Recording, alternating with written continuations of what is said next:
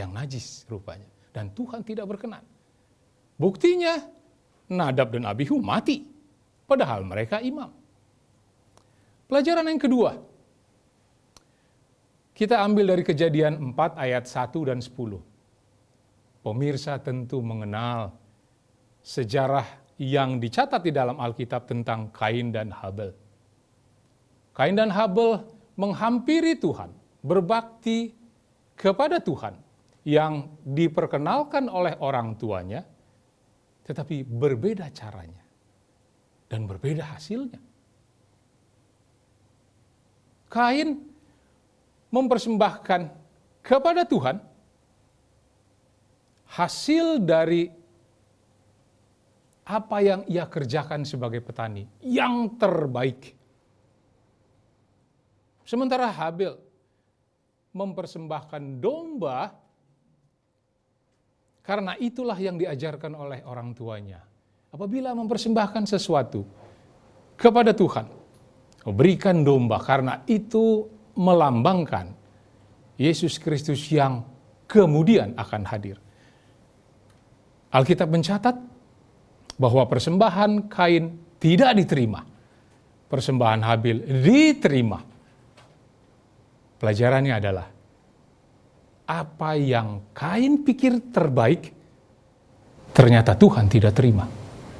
Tetapi di dalam penurutan, Habel melakukan yang benar, persembahannya diterima oleh Tuhan. Jadi menarik untuk kita telaah suatu pengertian.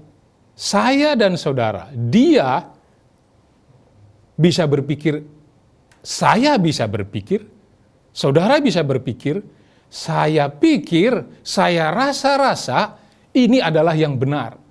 Saya pikir saya benar. Saya pikir apa yang saya lakukan untuk Tuhan benar. Ternyata tidak diterima oleh Tuhan. Artinya, tidak benar, bukan? Pelajaran yang berikut, kita diberikan pilihan untuk menurut. Mau ikut cara Tuhan, mau menurut Tuhan, atau mempergunakan pikiran sendiri. Hasilnya berbeda. Pelajaran yang berikut, ini pelajaran yang dahsyat. Keluaran 32 ayat 4-6 dan ayat 28. Saudara pun mengetahui sejarah ini. Bangsa Israel mempersembahkan patung anak lembu emas untuk Tuhan. Yang selama ini mereka diperkenalkan bahwa Tuhan yang mereka kenal tidak bisa digambarkan. Tapi nyata di dalam tiang api pada malam hari dan tiang awan pada siang hari. Lalu apa yang terjadi dalam sejarah ini? Harun yang adalah imam berkata, besok hari raya untuk Tuhan. Dia menyebut nama Tuhan. Tetapi tindakannya tidak menunjukkan bahwa dia mengetahui Tuhan yang seperti apa yang dia hadapi. Padahal mereka sudah mengalami sendiri pimpinan Tuhan. Berjalan keluar dari tanah Mesir. Lalu apa yang terjadi? Di sana Tuhan begitu murka sehingga ribuan orang mati. Ribuan orang mati. Tanda bahwa Tuhan tidak menerima apa yang mereka lakukan. Dan apabila saudara mempelajari lebih lanjut Bible Commentary ataupun buku-buku Roh Nubuat, di sana ada pesta yang begitu hiruk pikuk, menyanyi dan menari, tetapi mempergunakan nama Tuhan. Luar biasa. Luar biasa. Itu sebabnya dapat kita mengerti Tuhan begitu murka. Besok hari raya untuk Tuhan yang dilakukan menyembah patung. Patung anak lembu emas. Dan saudaraku, baca lebih lanjut tentang hal ini. Ketika Musa turun dari Gunung Sinai bersama Joshua, apa yang dikatakan oleh Joshua? Saya mendengar banyak ribut-ribut. Mungkin karena Joshua adalah orang yang berkecimpung di dalam hal-hal sipil, ketentaraan barangkali. dia mengasosiasikan, oh seperti bunyi orang sedang berperang. Tetapi Musa di dalam pengalamannya mengatakan, bukan berperang. Itu adalah bunyi orang menyanyi bersahut-sahutan. Jadi apa artinya yang terjadi di sana? Di sana ada keributan. Menyanyi betul, tetapi dengan keributan dan segala tingkah laku yang tidak diterima oleh Tuhan. Buktinya ribuan orang mati. Jadi apa yang kita dapatkan dari pelajaran hikayat ketiga ini? Ada kekacauan di sana. Apa yang kacau di sana? Ada yang suci karena menyebut nama Tuhan, berpikir bahwa saya sedang menghadapi Tuhan, tetapi bercampur baur dengan sesuatu yang najis, karena dalam tindakan, bukan yang suci yang keluar, menyembah patung anak lembu emas. Saudaraku, kita akan berpijak dari sesuatu yang perlu kita pelajari secara pribadi. Pelajaran dari ketiga hikayat ini. 3 pelajaran berbakti menghampiri Tuhan. Harus kudus, berbeda. Artinya apa? Yang biasa saya lakukan tidak pantas untuk Tuhan. Harus yang saya asingkan, namanya kudus. Yang kedua, dari hikayat kedua, janganlah berpikir bahwa ini yang saya yakini, tetapi karena tidak sesuai dengan kehendak Tuhan, ternyata salah. Atau yang ketiga, saya melakukan sesuatu yang mempergunakan nama Tuhan, kudus, tetapi saya campur adukan dengan kekacauan, yaitu yang tidak kudus. Sehingga umumnya orang akan bingung, kudus bercampur dengan najis. Kita akan belajar bersama, saudaraku. Tidak ada orang yang tahu semua. Semua adalah pelajar-pelajar Alkitab. Kita akan mempelajari bersama tentang musik. Konteksnya tentu rohani. Yang berikut ini, saya mohon saudara mendengarkan lagu yang pertama. Apa yang boleh kita pelajari dari lagu pertama ini? Dengarkan saudaraku, lagu yang pertama.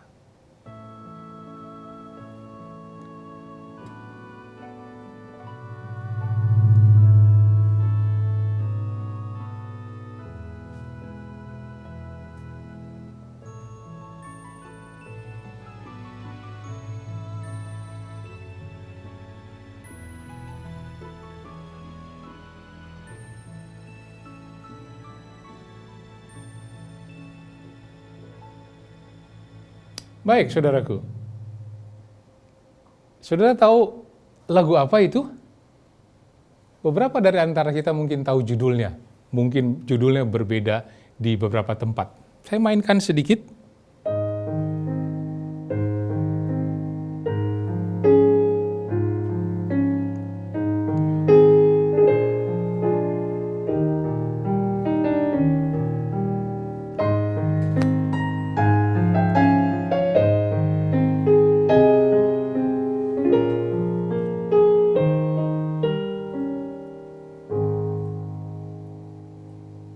Jangan lewatkan aku, ya Tuhan. Itu judulnya. Kemudian mari kita dengarkan lagu yang kedua.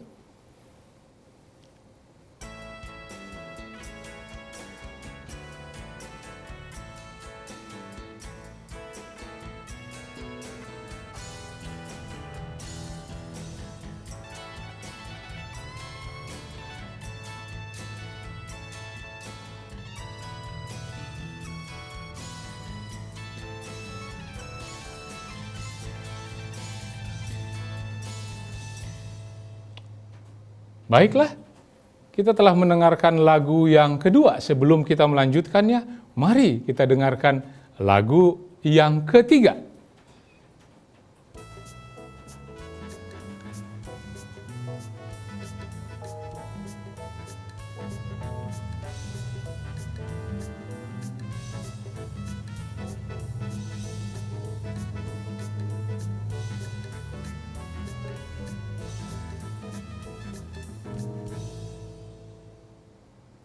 Baik, pemirsa yang kami hormati, 3 buah lagu telah kita dengarkan bersama.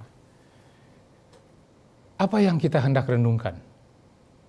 Atau mari kita telaah ketiga lagu yang telah kita dengarkan.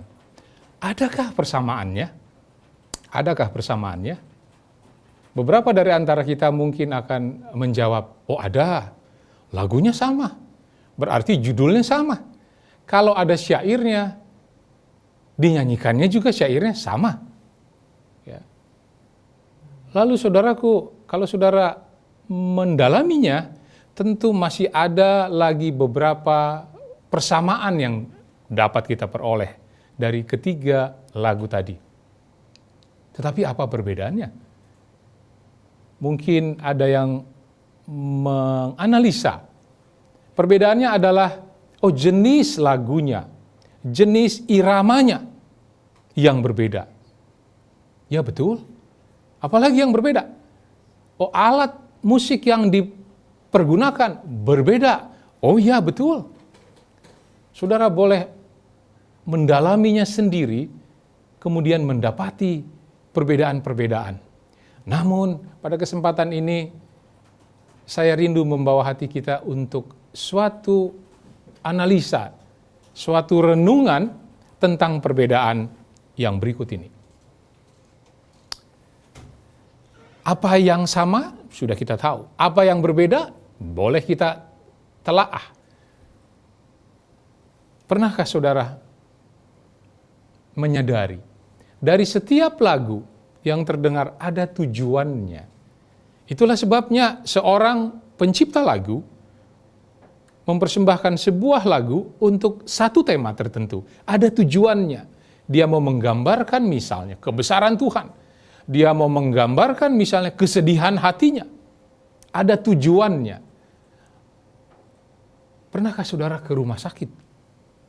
Kemudian saudara mendengar di rumah sakit lagu rock yang keras? Pernahkah saudara mendengarnya? Kemungkinan besar jawabannya adalah tidak. Kenapa? Mengapa demikian? Karena di rumah sakit, musik yang diperdengarkan mempunyai tujuan untuk membawa kesembuhan kepada pasien.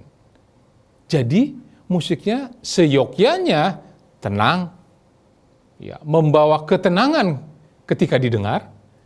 Dan betul, lagu yang tenang membawa efek tertentu kepada tubuh kita.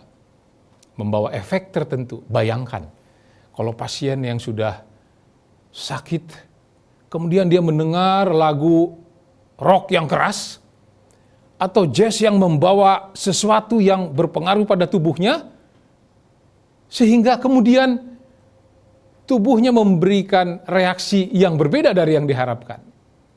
Dengan kalimat yang sederhana. Apabila orang sedang sakit keras, diperdengarkan musik rock, tentulah kesembuhan jauh daripadanya. Saudaraku, kita rindu untuk belajar bersama. Pelajaran tentang musik ini akan kami suguhkan dengan pertolongan Tuhan secara berseri. Kemudian efeknya, efek musik kepada tubuh manusia, kita akan beri seri tersendiri. Dan lihatlah bagaimana ilmu pengetahuan menunjang kebenaran Alkitab. Kita lanjutkan, saudaraku. Mari kita belajar bersama. Latar belakangnya. Musik berasal dari Allah. Benar ya? Ya, musik berasal dari Allah. Dan dipakai untuk memuliakan Allah.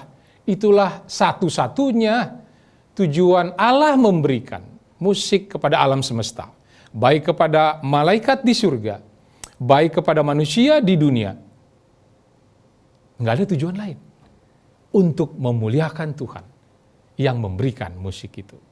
Tetapi sadar bahwa ketika dosa masuk di bumi ini, ada pertentangan antara kuasa Allah dan kuasa setan. Jadi, musik yang tadinya dipergunakan hanya untuk memuliakan Allah, sekarang ada pengertian yang lain.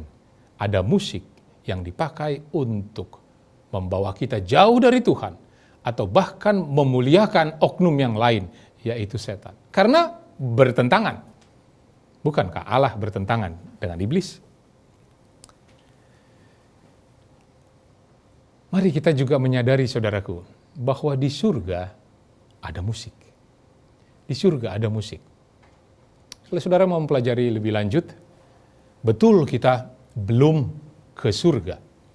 Kita belum pernah ke surga. Tetapi firman Tuhan yang menjadi pedoman pemikiran dan hati kita, berisi kebenaran Tuhan, mencatat bahwa di dalam Wahyu 15, Lukas 2 ayat 14, Wahyu 14 ayat 2 dan 3, dan masih banyak ayat lain yang apabila saudara mendalaminya, saya dan saudara tidak bisa menyangkal di surga ada musik. Dan yang menarik, ada sebuah statement yang mengatakan persekutuan dengan surga dimulai di bumi. Nada dasar nyanyian di surga kita pelajari di dunia ini. Sesuatu yang menarik ya. Jadi bayangkan, kalau saya membawa musik yang najis, yang biasa saya lakukan di dunia ini, tidak berbeda dengan yang untuk Tuhan, apakah ada musik seperti itu di surga? Dan pembahasan kita pada kesempatan ini, ruang lingkupnya adalah musik dalam perbaktian. Tetapi apabila kita berbicara tentang kebaktian, tentu tidak bisa lepas dari kehidupan kita sebagai umat Tuhan sehari-hari. Di sekolah, di rumah tangga, dalam pergaulan sosial, haruslah tetap dalam kebenaran Tuhan. Ada beberapa permasalahan yang kita identifisir, tentu saudara dipersilahkan untuk menambahkannya ketika saudara menganalisa kebenaran Tuhan di dunia ini. Yang pertama, saya dan saudara mungkin membawakan musik sesuatu yang salah karena saya tidak tahu yang benar itu seperti apa. Wajar ya, saya nggak tahu jadi saya lakukan apa yang saya tahu. Ternyata tidak tepat. Karena apa? Kurang pengetahuan. Permasalahan yang kedua adalah saya dan saudara kurang tekun. Tahu sedikit, lalu mencoba menginterpretasikannya, tetapi tidak benar. Karena apa? Kurang tekun. Tahu sedikit-sedikit. Yang ketiga adalah strategi setan di dalam cara yang halus mengatakan bahwa musik adalah selera saya yang penting untuk memuliakan Tuhan. Apakah seperti itu, saudaraku? Permasalahan yang keempat, ini yang sedikit lebih berat. Tahu banyak tentang musik, tetapi menjadi salah karena tidak mau dituntun oleh Roh Kudus. Pengetahuannya banyak. Tetapi karena tidak mau dituntun oleh Roh Kudus, hasilnya menjadi salah. Saya rindu untuk bersama-sama belajar, saudaraku, sesuatu yang kalau boleh kita sebut ini menjadi SK 315. Apakah itu? Surat Ketetapan 3:15. Dicatat di dalam Kejadian 3 ayat 15. Mari kita bersama-sama, saudaraku. Bunyinya adalah, aku akan mengadakan permusuhan antara engkau dan perempuan ini, antara keturunanmu dan keturunannya. Keturunannya akan meremukkan kepalamu, dan engkau akan meremukkan tumitnya. Mari coba kita telaah ayat ini. Sungguh sangat menarik. Aku di sini siapa, saudaraku? Aku di sini adalah Allah sendiri.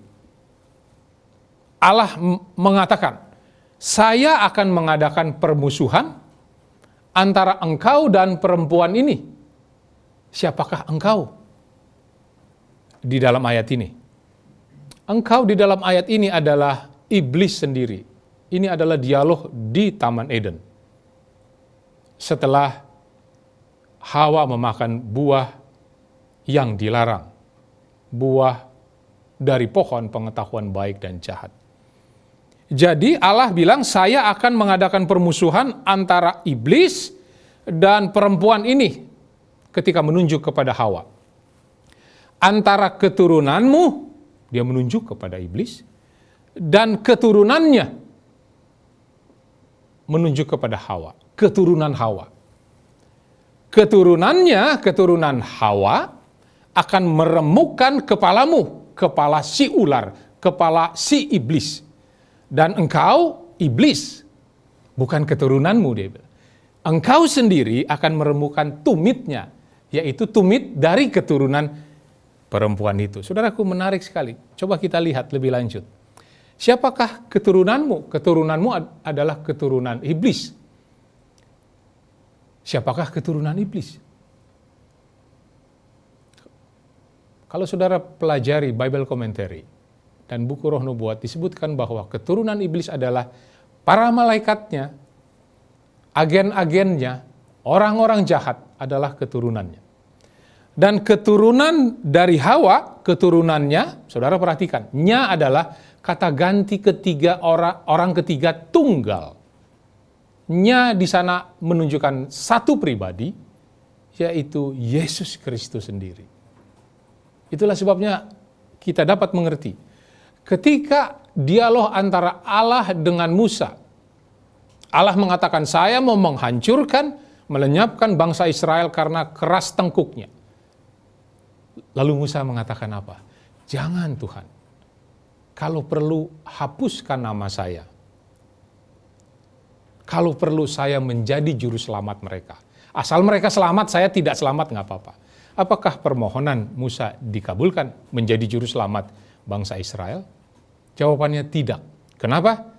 Karena satu-satunya pribadi yang dapat menjadi juru selamat manusia hanyalah Allah sendiri melalui Yesus Kristus. Musa bukan juru selamat manusia. Lebih lanjut, keturunannya akan meremukkan kepalamu. Tentu saudara mengerti ini. Yesus sebagai keturunan Hawa meremukkan kepala si ular, si iblis, ketika Yesus mati di Golgota. Maka kepala ular itu remuk. Kalau kepala ular remuk artinya apa? Binatang itu sudah mati. Iblis sudah dikalahkan ketika Yesus mati di Golgota. Dan engkau akan meremukkan tumitnya. Iblis akan meremukkan tumit Yesus. Mari kita ingat saudara, kalau kita bicara tentang dialog yang menarik ini, SK 3:15. Kita lanjutkan. SK 3:15 ini mempunyai latar belakang yang ditulis di dalam Kejadian 2 ayat 16. Tuhan berfirman, semua pohon dalam taman ini boleh kau makan buahnya dengan bebas. Allah berfirman. Tetapi pohon pengetahuan tentang yang baik dan yang jahat, jangan engkau mati. Jangan engkau makan. Apabila engkau memakannya, pastilah engkau mati. Jadi perintah Allah bagaimana saudaraku? Semua boleh, kecuali satu. Dan kalau kamu makan yang satu ini, kamu pasti mati. Selanjutnya, dicatat di dalam Kejadian 3 ayat 1.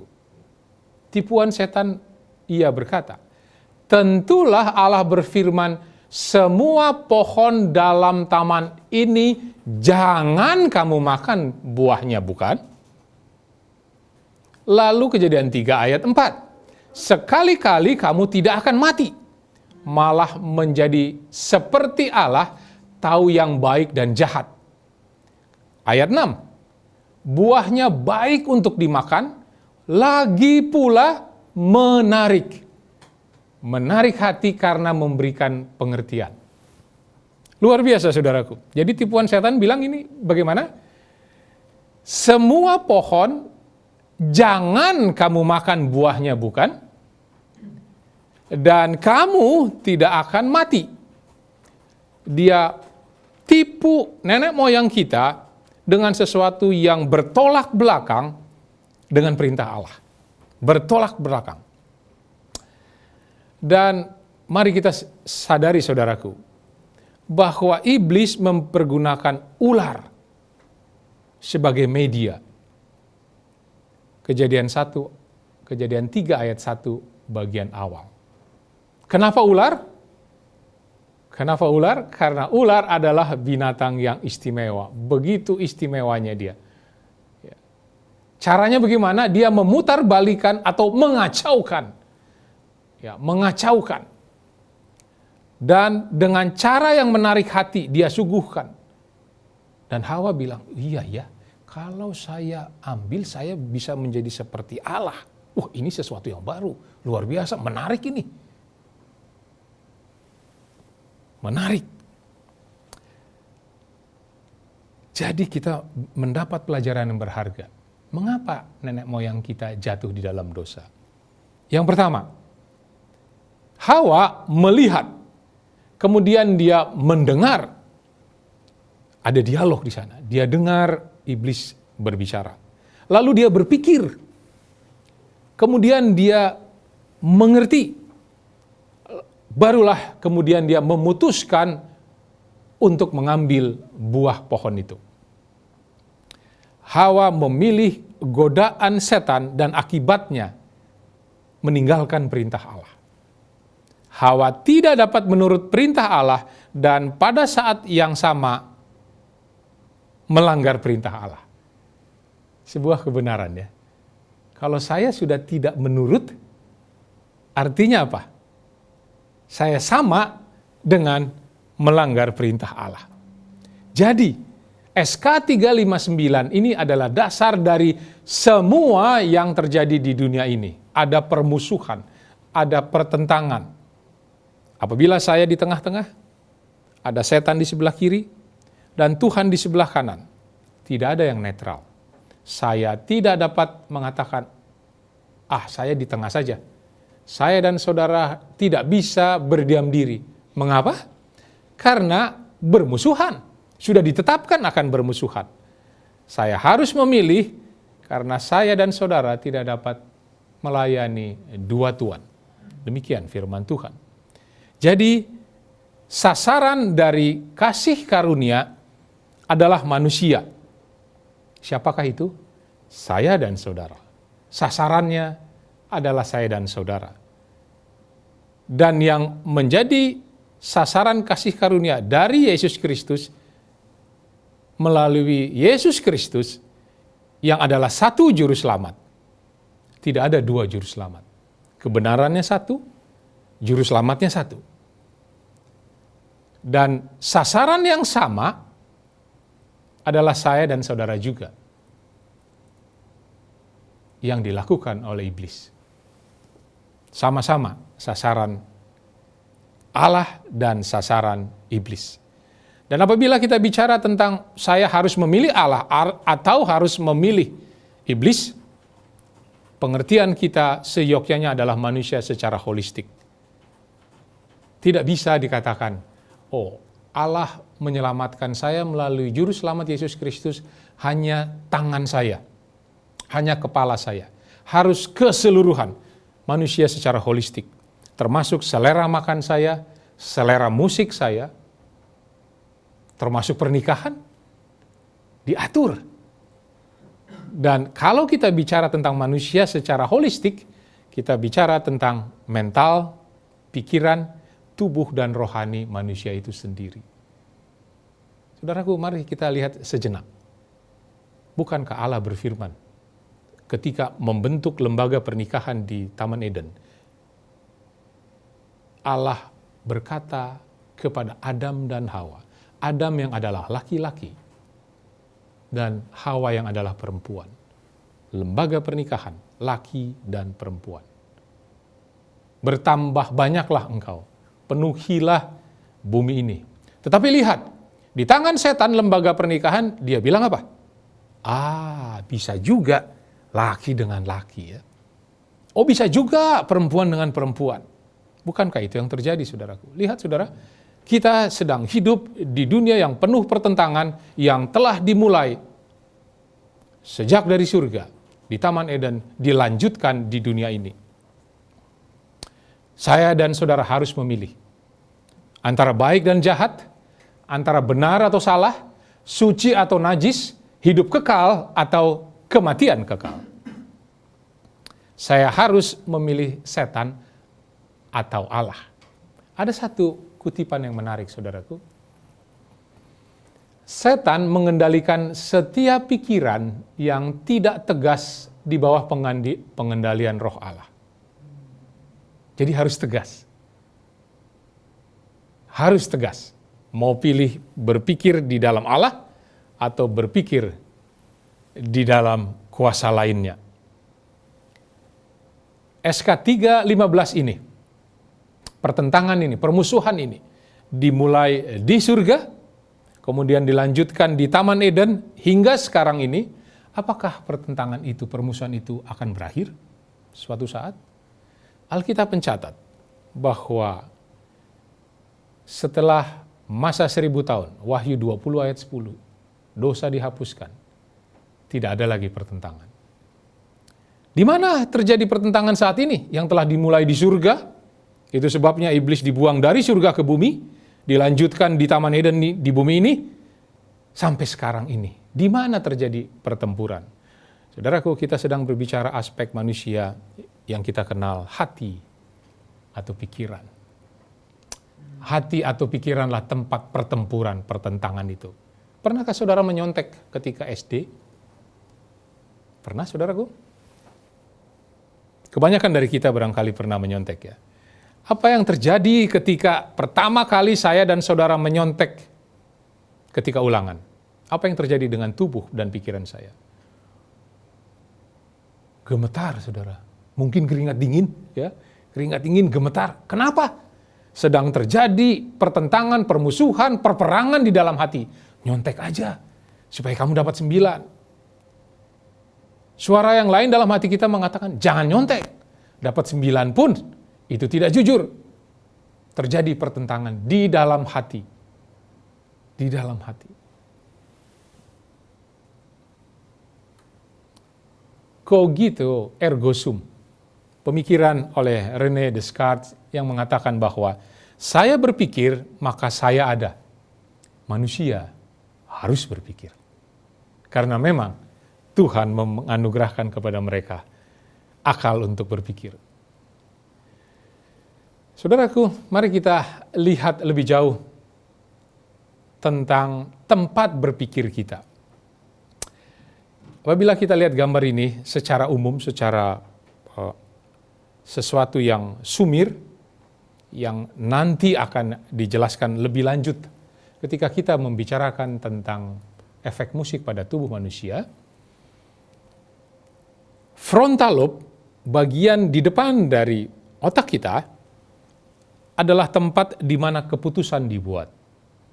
Jadi untuk memilih ini dan itu, ada di otak saya, tempat saya memutuskan sesuatu. Itulah sebabnya di dalam Wahyu, tanda umat Allah disebutkan ada di mana, saudaraku?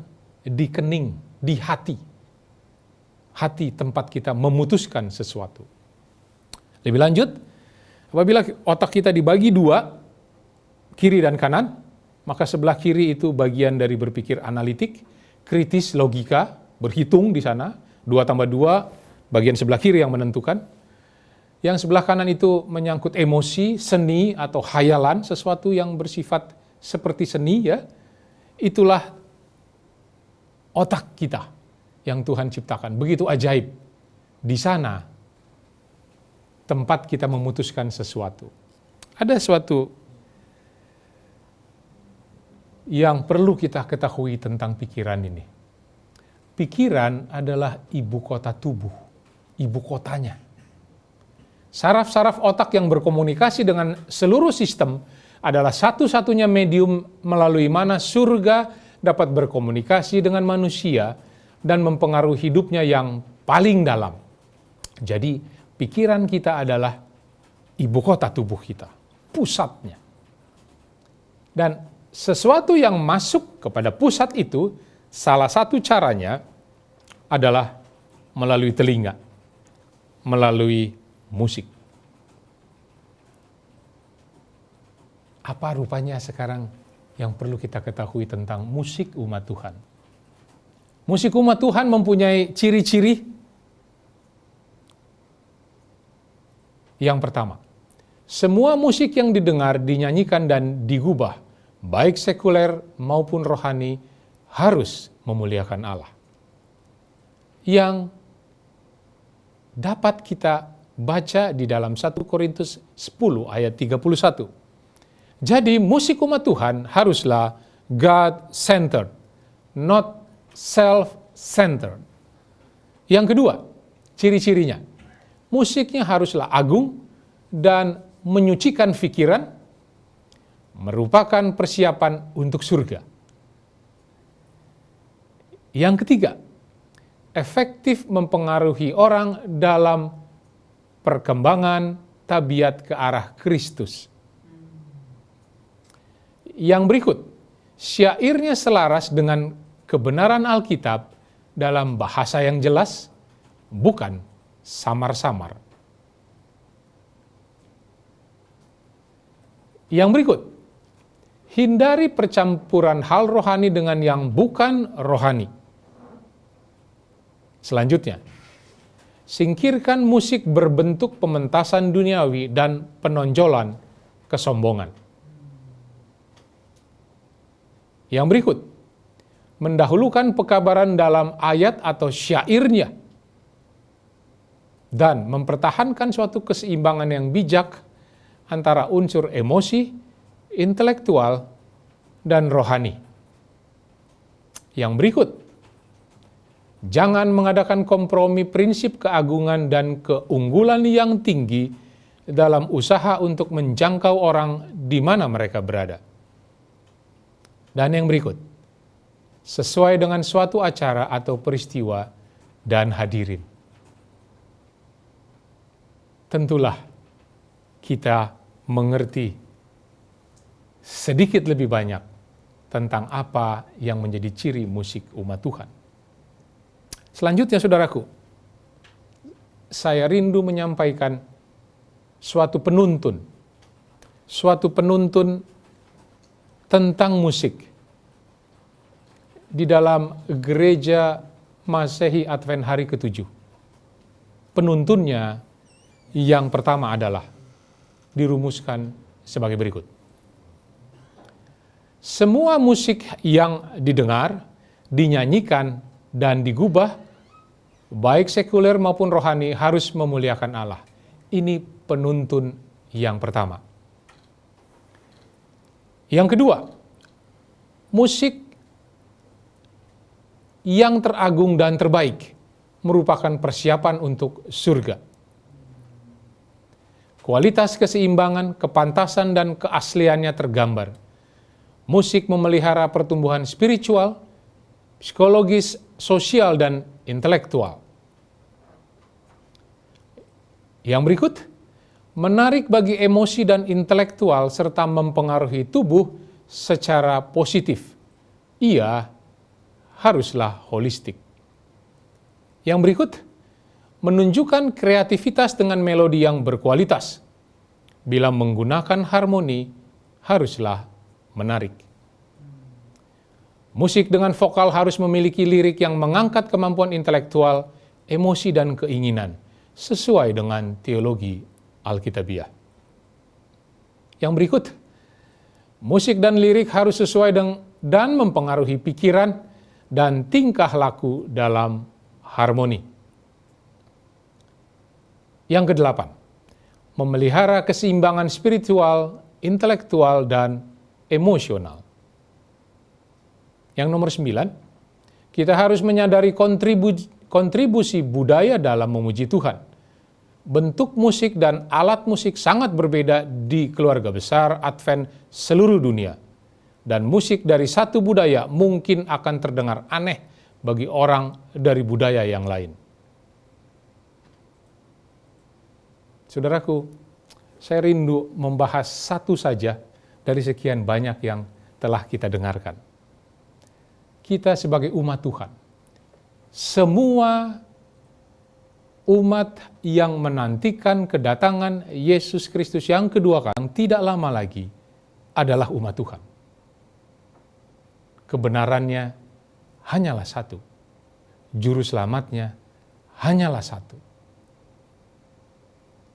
Bagian yang ke-9 saya rindu untuk mencoba menyampaikan secara lebih mendalam. Yaitu apa? Musik haruslah tetap dalam kebenaran sekalipun kebudayaannya berbeda. Maksudnya bagaimana? Ada orang mengatakan, musik apa saja boleh kita lakukan, kita dengarkan, atau kita mainkan, yang penting untuk memuliakan Tuhan. Kan kebudayaan saya. Kebudayaan saya mungkin melakukan sesuatu yang mempunyai ritme seperti misalnya boleh saja dong. Karena ini kebudayaan saya. Saudaraku, apakah seperti itu?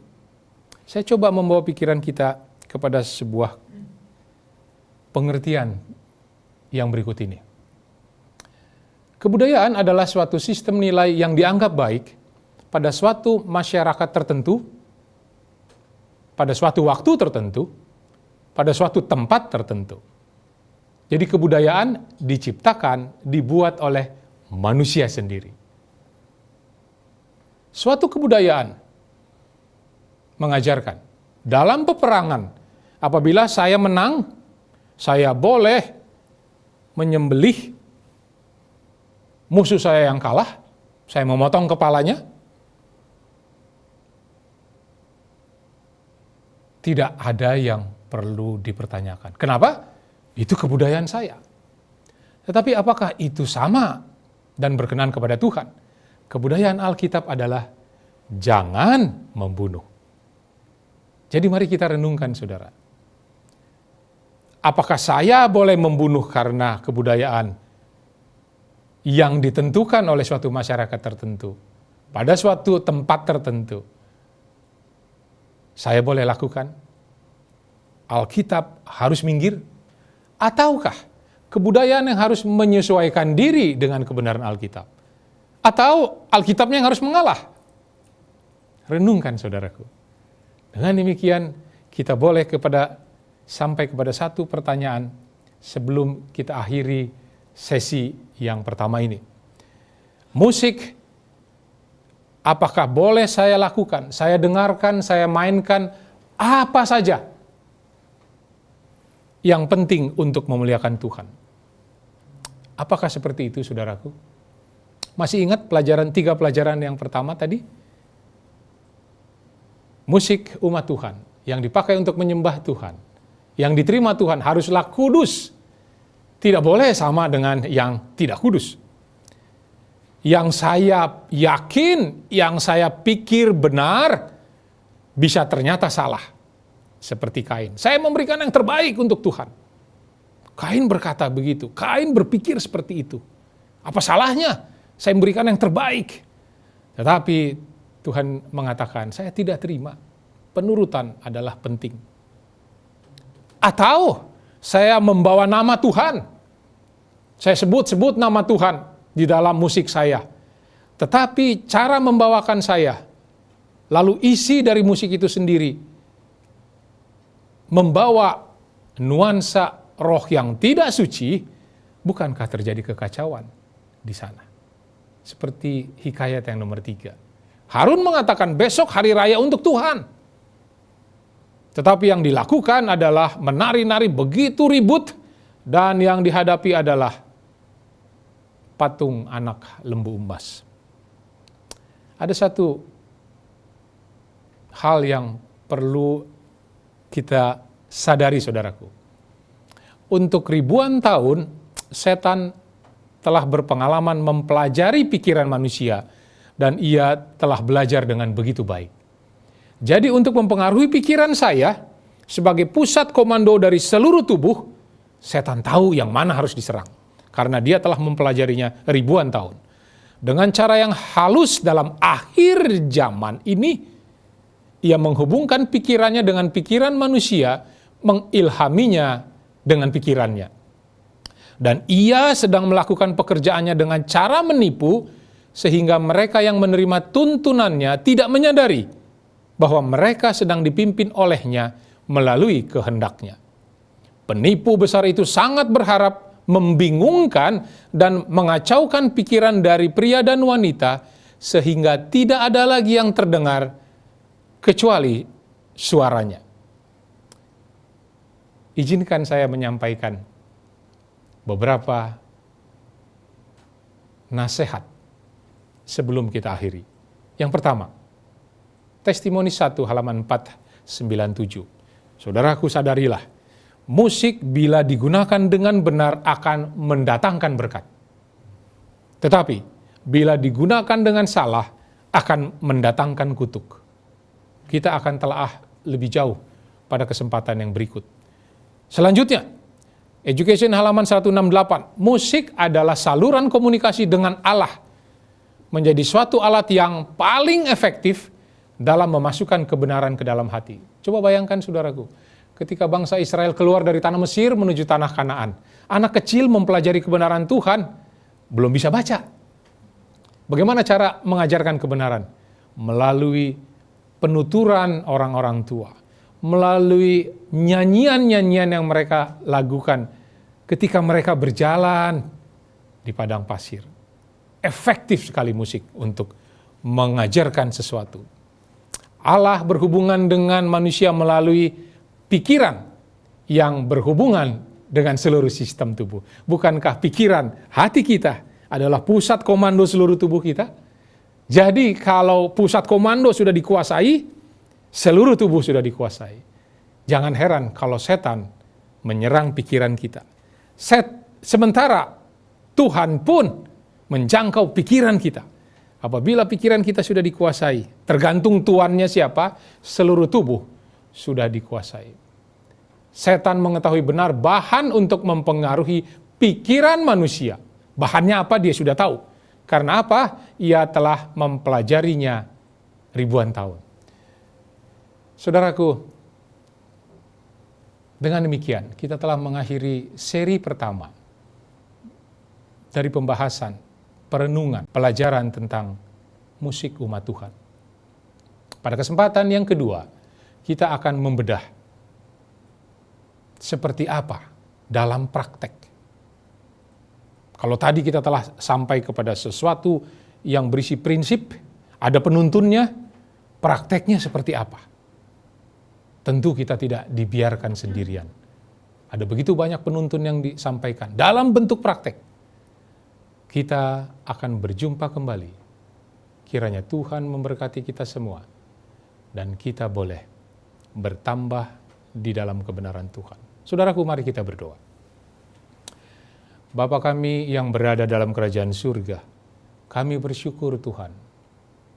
Dalam kesempatan ini kami boleh belajar bersama dari firman Tuhan, bukan dari sumber lain. Kami bersyukur karena Tuhan mempunyai banyak cara untuk menyampaikan kebenaran kepada kami, manusia yang berdosa. Agar kami boleh bertumbuh, jangan lagi dengan manusia lama kami, tetapi kami bertumbuh dan diperbaharui dari hari ke hari, secara holistik, termasuk pengetahuan dan praktek kami tentang musik. Memberkati seluruh pemirsa yang telah mendengar. Rahmat Tuhan menjadi bagian mereka. Membawa rasa haus akan kebenaran. Dan Tuhan yang berkemurahan akan memberikan air kehidupan yang terus akan kami nikmati dan akan kami bagikan. Dengan demikian, semakin banyak orang yang mengarahkan pandangannya kepada Kristus. Semakin banyak musik yang akan didengungkan, dipelajari di dalam kebenaran Tuhan. Tuhan semakin dipermuliakan. Sempurnakan doa kami Tuhan, ampuni dosa kami yang banyak. Kami berserah dan bersyukur di dalam nama yang indah dan penuh kuasa, Yesus Kristus yang telah mati menjadi juru selamat dan penebus kami. Amin.